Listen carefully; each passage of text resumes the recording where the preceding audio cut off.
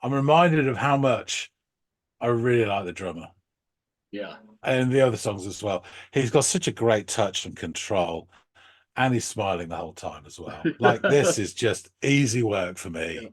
Uh,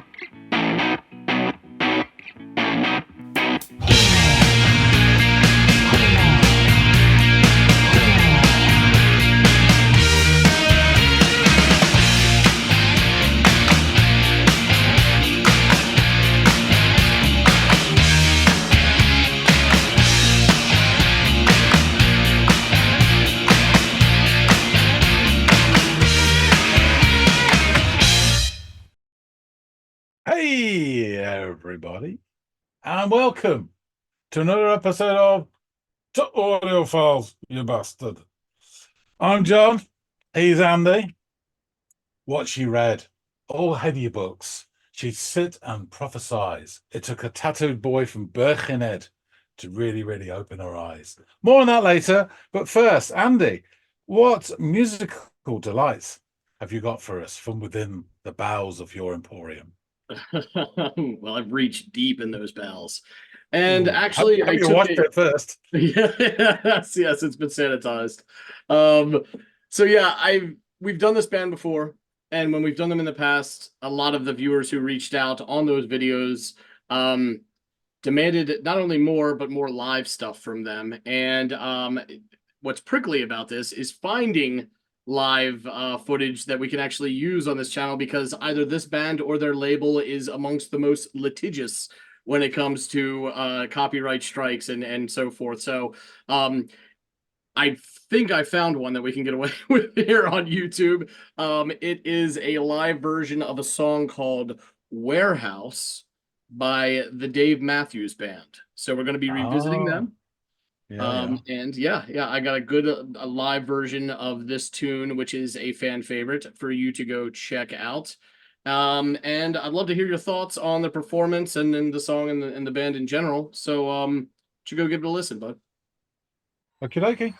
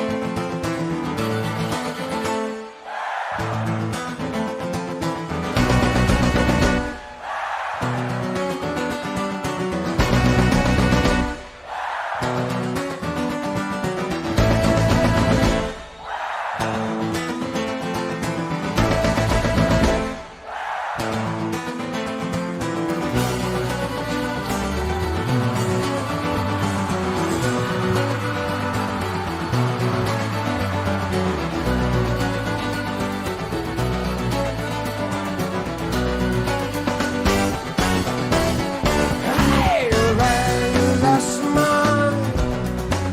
Don't throw away your playful beginnings. You and I will fumble around in the touches and resort to leave our lights on. Hear black cats changing colors, and you can walk under ladders and swim as the tide turns you around and around, love. Hey, we have found they come. Nice start. I really like his rhythmic acoustic guitar playing. So got a really nice sort of shape to it. Um, it's funny to hear the audience woos, but it's nice to see them clearly engaged, which is great. Um, Bass player's doing a lot of fret worrying, isn't he? I wonder if he's feeling left out. It's got to show up as well. Um, Thought I detected some sort of piano notes as well within that, but it's quite low in the mix. I could be hearing things quite easily. as I remember from before, the drummer really impressed me, and he's doing simple stuff again, but he's just really clean. Sounds great. Yeah, it's good stuff. One in a million slipping to the ground. This question I'm found in the gap in the sidewalk. All the sights on in a light that changing colors, and can walk under lightning and swim as the tide choose to turn you undeviated. Goes on and up, turn out TV says out it. A little stop and things stop yesterday. Soon I'll fade away.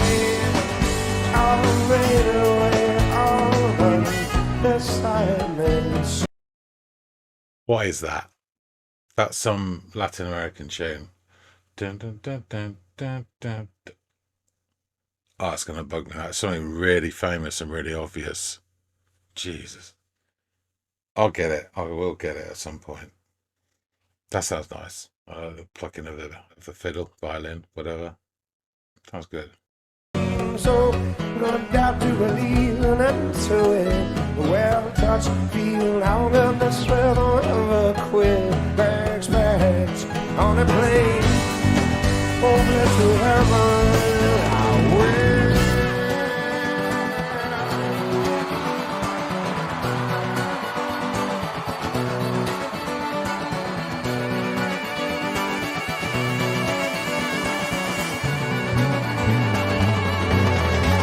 Shut up, I'm thinking. I had a clue, now it's gone forever. Sitting over these bones I've thrown. You can read it whatever you're needing to keep all your sights on. Hey, the black cat sings in colors, but it's not the colors that matter. Only that we all fade away, yeah, yeah, yeah. And the life goes on, end of turnout TV. Sit like a spot in the middle, stop the bear, stop this the cold beer. Soon I'll fade away, we all fade away. All the burn beside me seems so good, how to believe and into it. Warehouses bear nothing at all inside of it. The walls and halls have disappeared. They've disappeared. Now where no.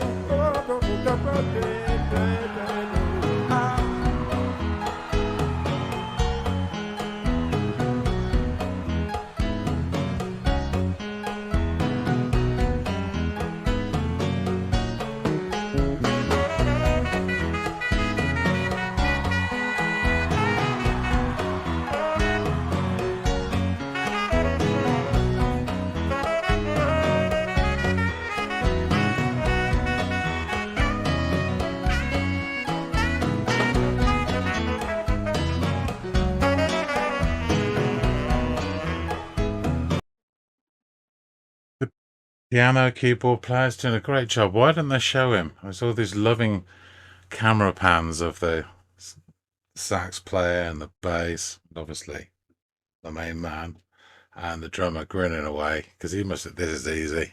That's why he's grinning. But unless I missed it, they're not showing the keyboard player. Like if I was in my writers' union, yeah, bang out of order.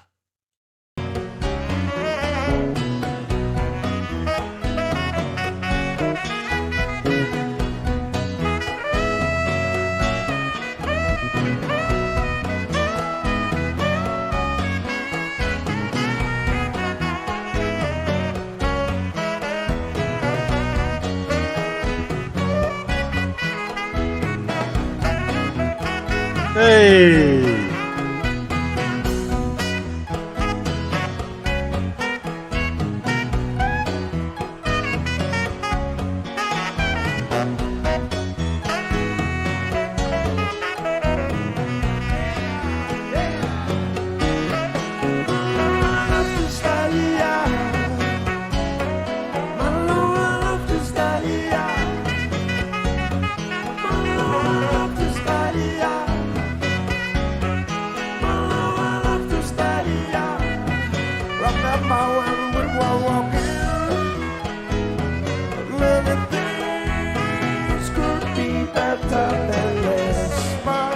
But don't worry. Changes that come and changes, but they leave on the way. In the warehouse, warehouse, warehouse, warehouse. Oh, like the morning, warehouse. I gotta say this, girl, baby, say warehouse. I don't go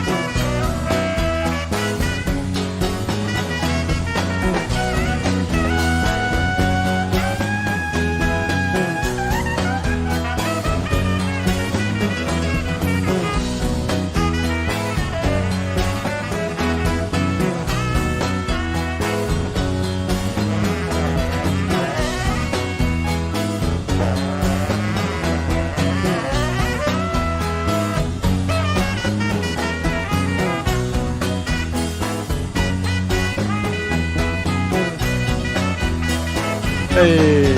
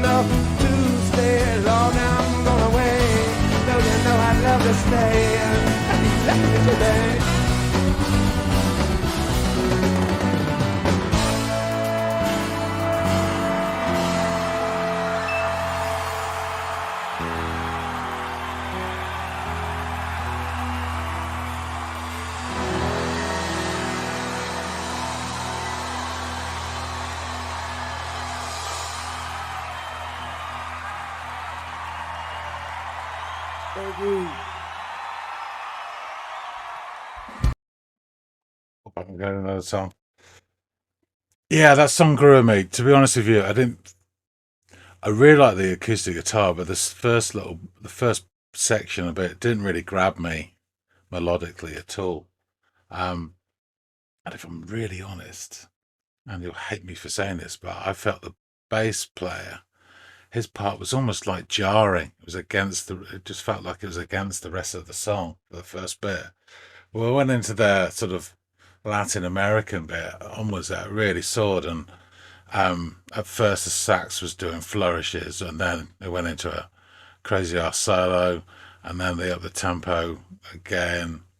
But it had a lovely playful feel to it, and it almost felt celebratory, like a fiesta. And then when they went into double time, and we at last got some pictures of the keyboard player. He was doing a great job, and this drummer is is really good. I really like him a lot. He's got a lot of control there. Yeah, without going crazy ass all the time. Really effective. Um, yeah, so it really grew on me and grew on me more and more. And they're almost, apart from the sax over the top going absolutely batshit, if you whip that out, it's almost like La Bamba. Um, that's still bugging me. But yeah, this song definitely grew on me more and more. I could barely make out any words. He said warehouse a few times, um, but it was really hard to know what words he was singing. It didn't really come across to me, my ears. Um, thought at times when he was singing, he started to slip into almost sounding like early, earlier Peter Gabriel. God, that had that sound to it. Again, I'm probably in a minority of one there. Um, yeah, no, it's an interesting song. Let's head on back down the ranch and meet up with Andy. So, what did you make of this tune Warehouse and the performance thereof by Dave Matthews and his band of musicians? Okay, so it starts off and we got the sparklers, um, which is quite charming. I did like the rhythmic strumming of the acoustic guitar. I think I said it actually got a nice shape to it. Um, it is really nice to hear the audience engaged. And I guess if you're there, it would have been fantastic to be part of it. But I did think the woos did sound a bit lame. I think that's from someone listening, from distance and time. Yeah. Woo! It just, but anyway, if you're in amongst the thrall, it was like, oh yeah, Well, get involved. What's funny about the woos is that that was never part of the original track, but as it became more of a fan favorite and a fixture on their live shows, the fans would add the woos to the beginning as some, incorporation or becoming part of the song or the performance themselves. So yeah, Right. they've run with it. I kind of guessed that, and that's Yeah. I guessed it was a fan favorite from that reaction as well. So Mr. Dave is strumming along, and then Mr. Fiddle. I'm sorry, that does sound like a very inappropriate Mr. Man character, but Mr. Fiddle joins in, and we get this staccato section with the sax as well, followed by some fret worrying from the bassist. He's really giving it all that.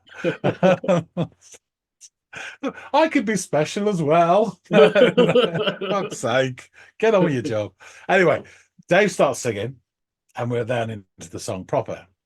Now, I don't know whether it was his diction or the mix, or I think a bit of both, but I really struggle to make out more than like one word per line of his lyrics. It might just be my, English cloth ears as well. Yeah. But there are a couple of parts.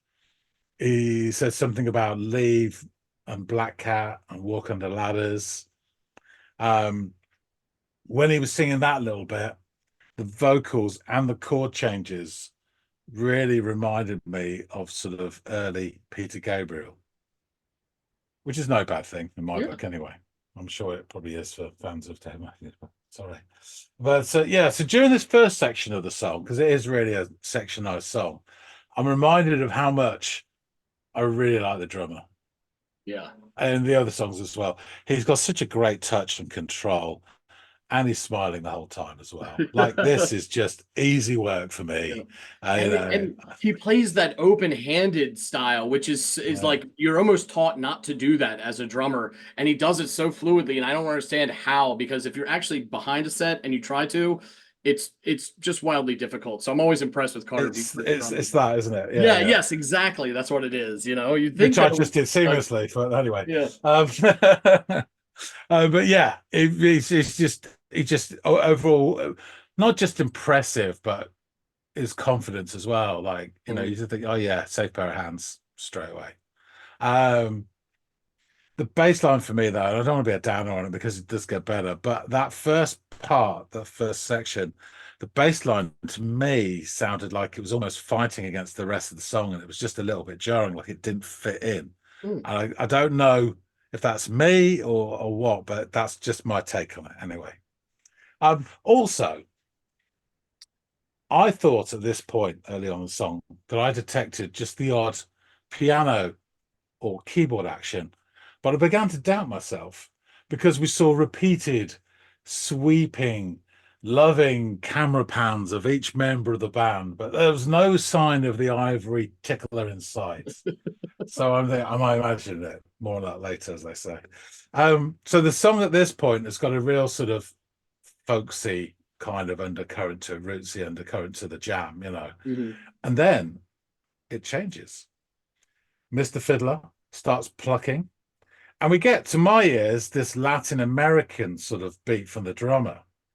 Now, I found this really charming and engaging instantly. Yeah. And the melody extremely familiar. Now, I got the feeling that it's a tune that I know or should know, but it could easily be a kind of like a pastiche or representation of what that overall sound is. Yeah. But I was doing my head in trying to think, what? I fucking know this song, and it probably isn't. But I was like, I don't know it. What is it? It's not like Cucaracha. Come on, what is it? But anyway, really, really nice. And the sax player's giving it all these extended notes to pave the way back into this. And it does that quite a bit. It's like the sort of, segue into a bit and then back into the strumming. Yeah, he's the connection points. Yeah. So at this point, we go back into the sort of strumming sections, I'll call it. The acoustic guitar and the fiddle are just really driving this. The two of them together, that staccato sound. And then you get sax flourishes over the top. And the drums sort of key up, or the gear change back in, they kind of, right, ready to go. And it's back into the Latin American or South American or whatever it is sound. At this point, I am sure I'm hearing a piano giving some jaunty tones to the mix. And I did say in the reaction that he should contact his union for this lack of representation because it's totally unfair. Anyway, the sax then does this solo, which is totally keeping with the vibe. If I was going to write down, this is what I expect the sax solo to sound like with the rest of this sort of Latin-y type break, it would have been it. It was just perfect, spot on, and it sounded great. Really playful and really bright. Just as he's finishing his extended solo, and he's got more to come, obviously. 7 minutes into the song, we get the first shot of the missing keyboard player, and I did actually give it a little cheer when his face appeared, his little grinning face. But the shot of him, the first shot, is like way back. It looks like he's playing in a car park outside. I think, can you hear me, guys? It's just really funny. And I don't know why they did that. Is he a full-time member, or is he just a session guy? I've been biting my tongue and biting my tongue. At this juncture, from what you're watching, Butch Taylor is only a guest musician with the Dave Matthews Band. Now, and really for the last 10, 15 years, Butch Taylor has become part of the band. But at this point in time, he would tour with them and do keys, feature on keys with them. So I can understand why they're not like focusing in on him 1/6 of the time like the other 5 guys are getting or whatever, but it's it is. But it wasn't even 1/20th of the time. I mean, it was quite insulting, really. Poor guy. But anyway, little cheer. He exists. I was not, fooling myself and hearing noises that I don't, weren't there. So I was quite, I did like his little grinning face that looked like he was playing somewhere in the distance. Yeah, it's like he realized he was on camera for the first time. Like, yeah, it was. So we're fully into this second round of this, second sound. And it's kind of reminding me at this point of like a slowed down version of La Bomba. It's got that catchiness to it. It's really, really nice. Dave starts riffing on Warehouse. So I understood him saying that. And then we get, just for a short period, more of a raspy sax sound for like a couple of bars. And it just sounds great. And then it goes back into his normal sort of octave or whatever. The keyboards start to come further and further up in the mix. It's like, hang on a minute. This guy does, contribute. And then he gets another 2 seconds of fame quite close up on the screen. And I'm really happy for him. And I'll never forget what's his face. And then, ay caramba, into double time and beyond. Fiesta time. The drummer, once again, does an incredible job with all those Latin beats and that sort of syncopation. It's just outstanding. These lovely little splashes too everywhere. Oh, yeah. And Oh, the tones of each one, like he's using yes. different toms and I guess Yep. some rim shots and stuff. Really, really lovely. Old Bleeding Gums Murphy's really going for it as well. And Excellent reference. he's really, really impressive. Yeah. There's a quick sort of foray back into the original sort of strummy type part of the song, and then we're out. If I have to be, I mean, as a live performance, really impressive again. But I've seen one live performance from and one studio one. I think I've heard. Is that right? Yep. Yeah. So I know from the first one that they're very good musicians, and so it's not unexpected. If I have to be really honest, the first part of the song didn't grab me. It was fine. It wasn't like, oh, turn away in horror sort of thing.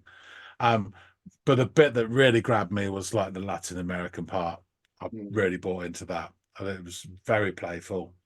And again, the sax, although I really did like the acoustic guitar so much, and I'm a sucker for that. But the sax, the drummer, and the elusive, what's his name, keyboard player, they all stood out for me because I think they had more prevalent parts in the Latin American bit.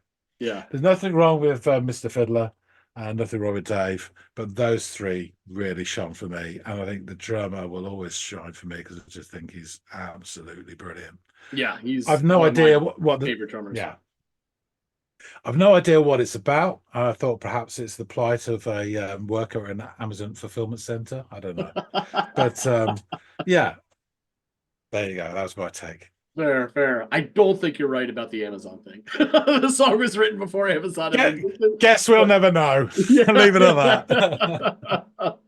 Oh, right on. Well, I'm glad you enjoyed the performance. I'm glad you enjoyed most of the aspects of the song. I did not enjoy the first bit. I just really enjoyed. Yeah, held up to what you would hear thereafter. Yeah, you've clearly got your favorite part of the song, and that I think for most people that the initial listen, the unexpected nature of it really makes you cling on to the whole Latin feel of it. And then as it just progresses, it's just the more playful bit of the song, right? So of course, and it's the more dancey bit too that you can kind of get into. So yeah, I don't blame. I think that's most people's experience with the song probably. Although I have to say the choppy nature of that violin and acoustic working together really is a driving force that I think is an excellent way to start off the song. But yeah, this is a quick recap of the members. We've got Dave Matthews on guitar and vocals, Boyd Tinsley on the violin, Leroy Moore on all things woodwind, Stefan Lassard on bass, Butch Taylor, or what's his name, on keys, and Carter Buford on drums and percussions, and he does some backing vocals as well, and he's just... Yes, yeah, he did. Yeah, sorry. The band released their first EP recently. That's the name of it, not recently, as in recently in 1994. I've been going a while. yeah, exactly. Hey, fellas, I found this new thing. It's called an EP. Go with me on this. So recently came out in 1994, and it was the album's 5 tracks were taken from shows performed at the Birchmere in Alexandria, Virginia, and from the tracks in Charlottesville. And as you can imagine, go ahead. That's such a stupid name because it's funny for about 5 weeks. We just released a new EP recently. Yeah. And then the following year it's not funny anymore. It's yeah. And you got me tripping over myself because I'm saying recently in 1994, and it makes it sound like I think that was yesterday or something. But yeah, so they took tracks from those 2 performances and put them together on this EP. As you could probably tell by the locations of those, they are a Virginia-based band. That came out, it was re-released on RCA Records in 1997, and in September of 2014, it was announced that the 10th special edition double vinyl containing both the initial release as well as the Pumpkin promo EP would be released for Record Store Day on Black Friday. Warehouse was one of the 5 tracks featured on that first live EP, but it would go on to feature on their debut studio album as well, Under the Table and Dreaming, which is one of my favorite debut albums of all time. It's also one of the first CDs I was ever gifted as a Christmas present. in 1994. I was 11 years old. I got 2 CDs for Christmas that year. It was Dave Matthews' Under the Table and Dreaming, and it was Blues Travelers 4. And I mentioned Blues Traveler because John Popper would go on to feature on Under the Table and Dreaming, and he is the harmonica and player and singer for Blues Traveler. So they kind of came out around the same time, similar style of music. And yeah, it just some of my favorite stuff in the earliest albums I ever asked for and received. Wow. So yeah, Under the Table and Dreaming was released on September 27th, 1994. The album's first single was What Would You Say, featuring the aforementioned John Popper of Blues Traveler on the harmonica. 4 other singles from that album followed: Jimmy Thing, Typical Situation, Ants Marching, and Satellite. And by March 16th of 2000, the album has sold 6 million copies and was certified 6 times platinum by RIAA, and also went platinum in Canada. And at this point, I don't even know that those numbers, I'm sure, are higher now, 4 years down the road from then. The album was dedicated in memory of Anne, for Matthew's older sister, who was killed by her husband in 1994 in a murder-suicide. Included in the jewel case package is a picture of Dave Matthews and one of Anne's children. So pretty sad, sentimental. I'm sure this album means a lot to Dave, and being able to dedicate his first album that went platinum 6 times to her probably means a lot. Sorry, Andy, I don't know if you know this. I'll ask anyway. You said it mentioned Anne and her children. Did her children survive? Yes, yeah, because I think I would imagine so. Because I don't know when. I guess I don't know if the picture that was included was before or after the tragedy. But it was probably before. But yeah, I do think that they survived. I think it was just it was the two parents that fell victim to this whole thing. So anyway, it peaked number 11 on the US Billboard 200 in the latter half of 1994, held steady at 25 in 1995, and was still at number 54 in 1996. So that's the staying power of this album. Also, just, what was it, 5 singles came off this thing? That's a hell of a lot of radio play for one album to receive, having 5 singles off of it. Kenneth Partridge of Billboard described the album as the record that launched 1,000 parking lot ragers and turned a Charlottesville bartender and his motley companions into lords of the amphitheater circuit.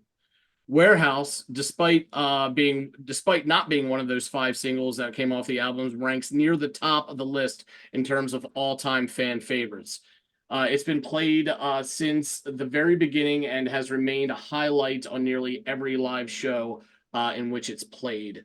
And we're going to jump into these lyrics that you barely caught, because when you're listening to a South African-born guy with the Southern twang from Virginia singing a song, I can understand how you might lose some of those lyrics. Said I'm leaving. This warehouse frightens me. Got me tied up in knots. Can't rest for one moment. Said I'm going. Now I'm slipping slow away, hoping to find something better than I've got inside of here. And the warehouse slips away. Hey, reckless mind, don't throw away your playful beginnings. You and I will fumble around in the touching, and be sure to leave all the lights on, so we can see the black cat changing colors, and we can walk under ladders and swim as the tide turns you around and around, love. Hey, we have found becoming one in a million. Slip into the crowd. This question I found in a gap in the sidewalk. Keep all your sights on. Hey, the black cat changing colors, and you can walk under ladders and swim as the tide choose to turn you away. Said life goes on. End of tunnel. TV set. Spot in the middle. Static fade. Statistical bit.